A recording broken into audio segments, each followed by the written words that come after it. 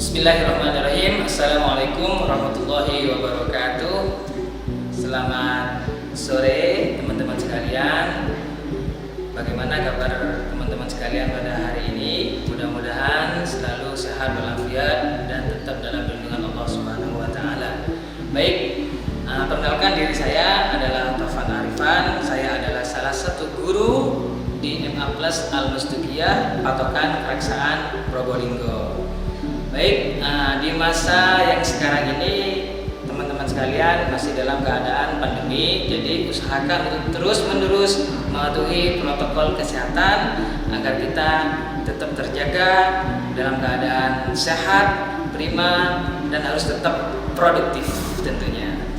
Baik, sebelum kita membahas konten atau isi tentang video yang akan kita bahas pada kali ini, sebaiknya kita berdoa dulu kepada Allah Subhanahu wa taala agar video yang akan kita bahas pada kali ini memberikan manfaat dan dampak positif bagi kita semuanya.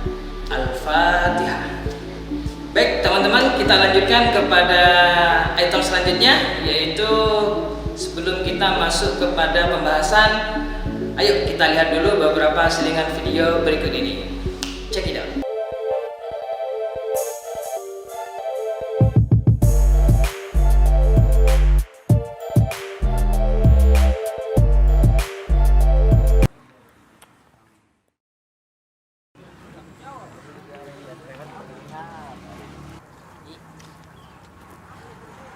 Assalamualaikum. Salam. Kamu panggil aku ya? Enggak. Kata siapa? Itu Andika bilang. Dia yang bohongin kamu. Oh, makasih ya. Assalamualaikum. Waalaikumsalam.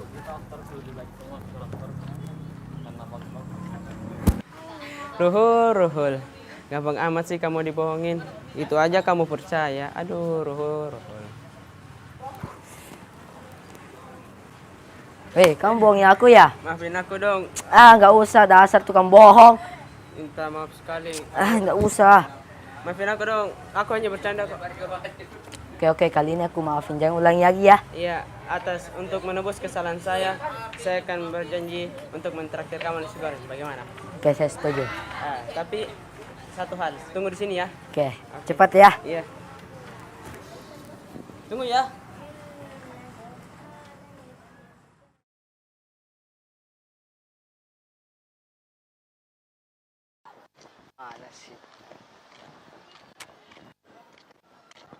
Mana sih Andika ini? Andika mana sih? Wah.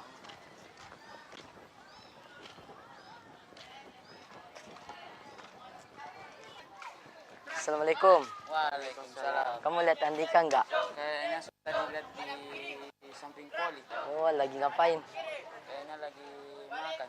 Oh, ya. Makasih ya. Assalamualaikum. Waalaikumsalam.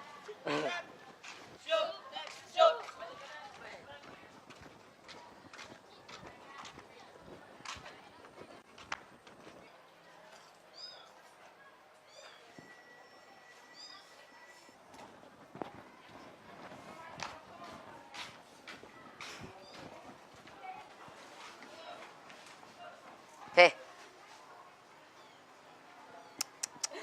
Enak banget kamu. Dasar tidak merasa bersalah. Mana janjimu? Hei, masih ada nggak makananmu? Nggak ada, habis. Habis. Dasar. Kenapa kamu langgar janji kamu tadi? Kan saya lupa. Lupa. Betul, saya lupa. Coba saya. Saya beri kamu kesempatan satu kali lagi. Sekarang saya beri kamu amanah. Jangan sampai kamu hianati ya. Tadi siang saya pinjam songkok Faki. Dan sekarang saya harus mengembalikannya sore hari ini. Maka dari itu saya berikan kamu tugas. Kasih songkoknya sekarang juga. Ngerti? Ingat, jangan lupa lagi. Ini amanah. Jangan sampai kamu hianati. Pergi sana.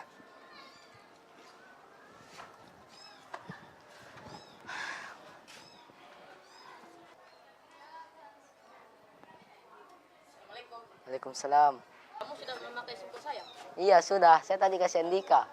Tapi saya ketemu Andika. Dia tidak memberikan saya songkok saya. Apa? Beneran? Dia tidak kasih kamu? Benar. Apa beneran dia tidak kasih kamu? Aduh. Dasar Andika.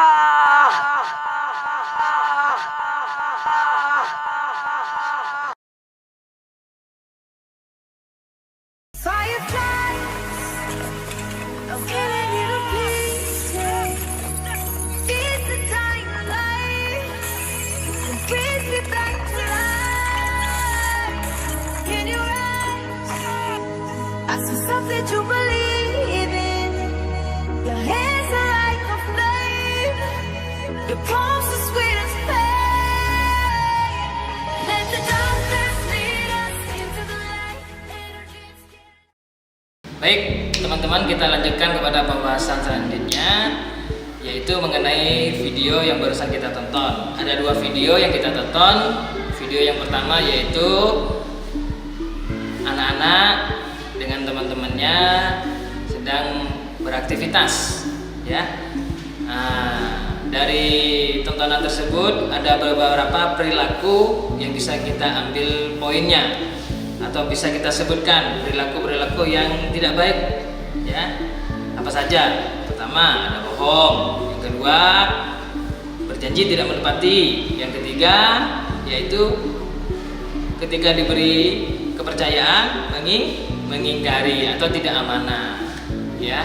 3 perilaku tercela ini kalau kita golongkan termasuk kategori atau ciri dari sebuah kemunafikan. Baik, video yang pertama itu tentang kemunafikan, atau sebut sajalah kita munafik, ya, nifak, gitu saja agar lebih mudah. Video yang kedua sudah jelas, video tentang orang yang meluapkan amarah yang luar biasa, marah-marah dia sampai melempar, menghancurkan, menendang segala macam. Berarti jelas video yang kedua itu tentang amarah atau ghadab.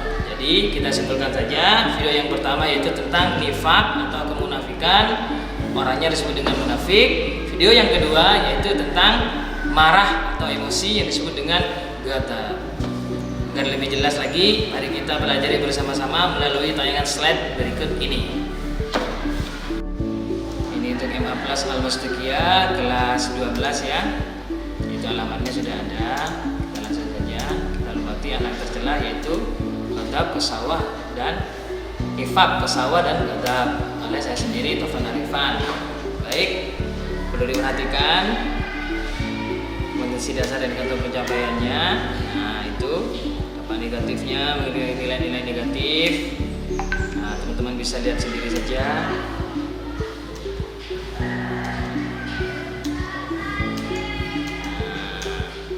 Tujuan pembelajarannya tuh, ya. Jadi tujuan dari pembelajaran kita pada sore hari ini bisa teman-teman lihat sendiri atau baca sendiri. Apa sih nifak itu? Kata nifak ini biasa diucapkan dalam bahasa Indonesia dengan kemunafikan. Nifak ini merupakan bentuk masdar atau kata benda jadian, ya. Dalam bahasa Arab nifak itu artinya ucapan, perbuatan atau sifat yang sesungguhnya bertentangan dengan apa yang tersembunyi dalam hati. Dalam hatinya tidak suka sebenarnya. Nah, dalam kehidupannya, dalam perbuatannya, ucapannya, dalam sifatnya berbeda, menunjukkan rasa suka, padahal sebenarnya dia sangat tidak suka sama sekali atau membenci, yaitu bertolak belakang dengan keadaan hati nuraninya. Itu sebenarnya nifak, ya. Kita lanjutkan. Nah, ada gambar orang yang bertopeng ini, dilihat yang di atas tersenyum, tapi isi dalam senyumannya berupa emosi. Ini ada beberapa dalil tentang nifak atau tentang kemunafikan. Nah, orang yang melakukan nifak itu disebut dengan orang-orang munafik. Nah, teman-teman bisa baca sendiri sudah.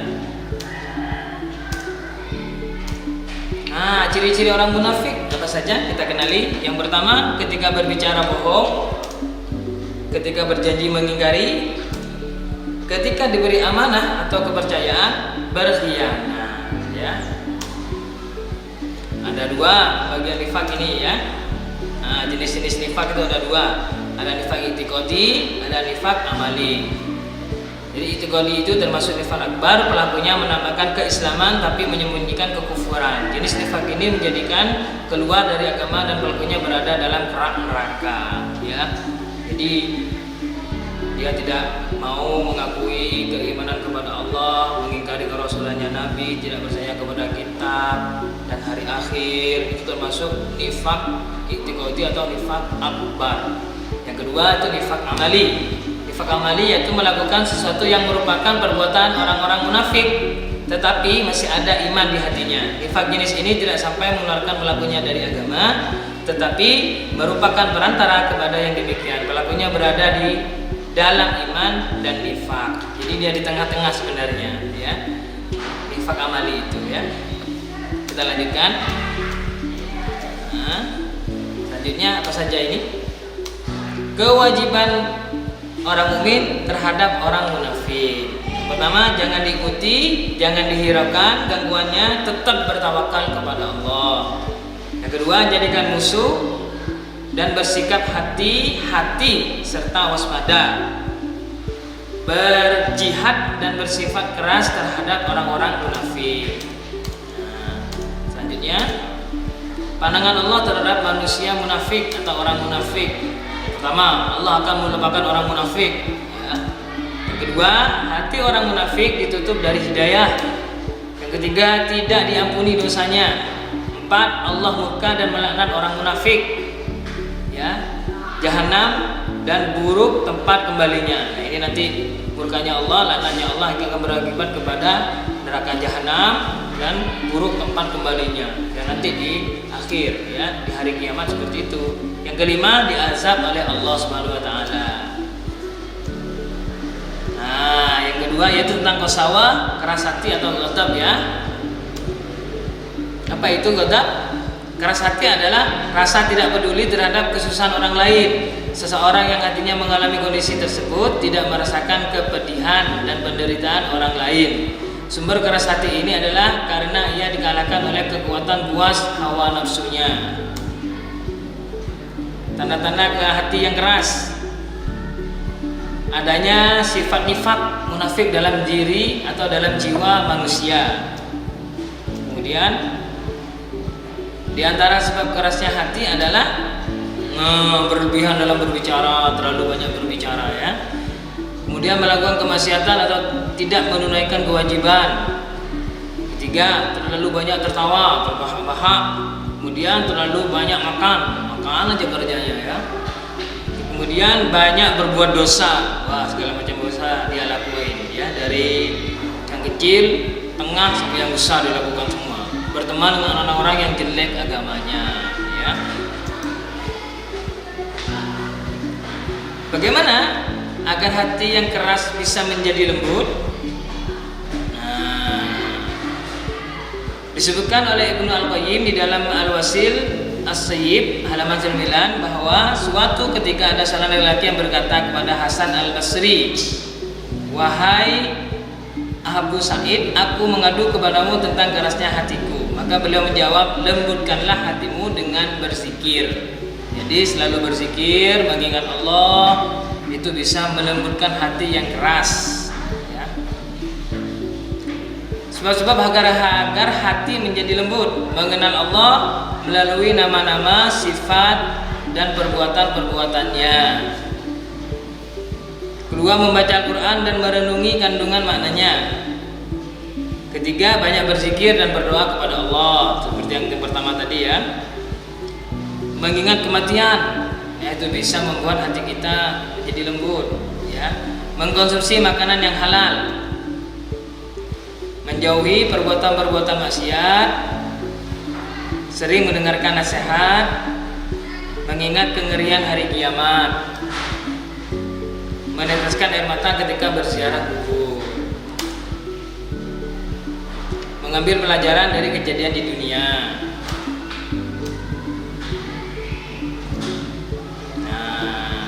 Kita langsung kepada ghadab. Sebenarnya antara qasawa dengan ghadab itu hubungannya sangat erat karena sama-sama berada dalam hati dan jiwa kita yang bergejolak, ya. Jadi hampir sama sebenarnya antara qasawa dengan ghadab, itu dibedakan agar kita bisa mengetahui dan menganalisis antara qasawah dengan ghadab. Pada umumnya antara qasawah dan ghadab itu bisa kita artikan sama.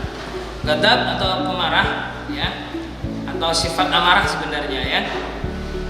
Sifat seseorang yang mudah marah setiap melihat atau menghadapi persoalan kehidupan yang tidak disukai, sekecil apapun langsung marah. Itu.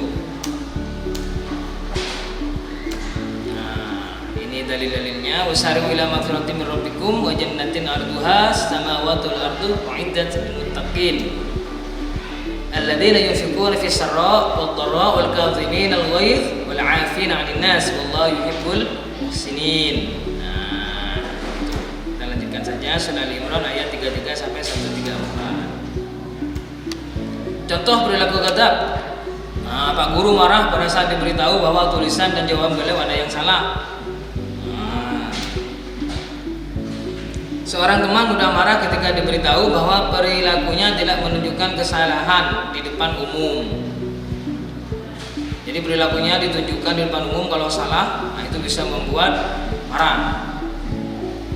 Kakak memarahi adiknya ketika bajunya ditumpahi minuman yang akan disuguhkan kepadanya. Ini sering, ini mungkin jadi kakak-kakak ya, sering ditumpahi makanan atau minuman oleh adiknya sehingga bisa menyulut amarah ya. Kita ke tingkatan-tingkatan ghadab. Pertama tingkatan rendah. Apa saja tingkatan rendah itu? Sikapnya tidak kelihatan marah sehingga orang lain sulit untuk menilai karena gejolak marahnya yang telah menyebar ditutupi oleh sifat yang tenang. Ini tingkatan yang rendah ya.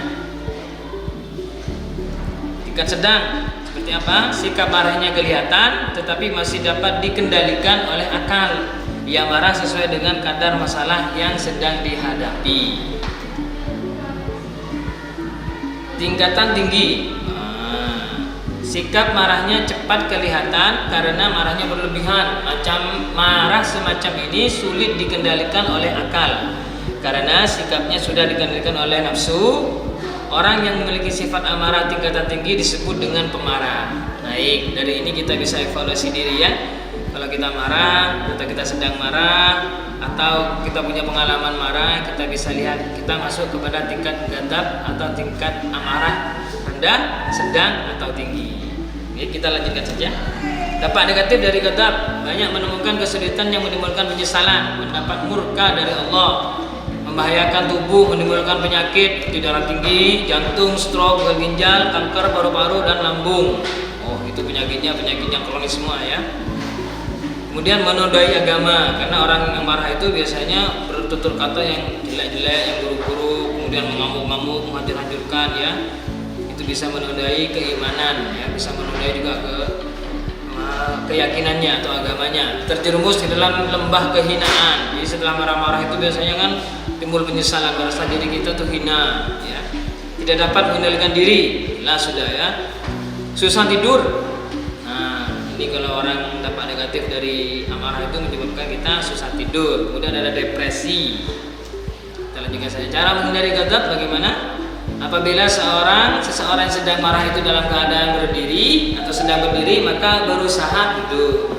Dan apabila kemarahan tidak dilakukan ketika sedang duduk, maka berusaha tiduran atau berbaring sambil membaca istighfar. Apabila sedang marah, maka berwudulah, karena berwudu dengan air yang suci dan mensucikan akan mampu mensucikan semua tindakan yang kurang suci seperti kemarahan. Membaca ta'awuz, memohon perlindungan Allah dari godaan syaitan yang selalu membangkitkan amarah. Apalagi selanjutnya, wah, kita sudah selesai. Terima kasih.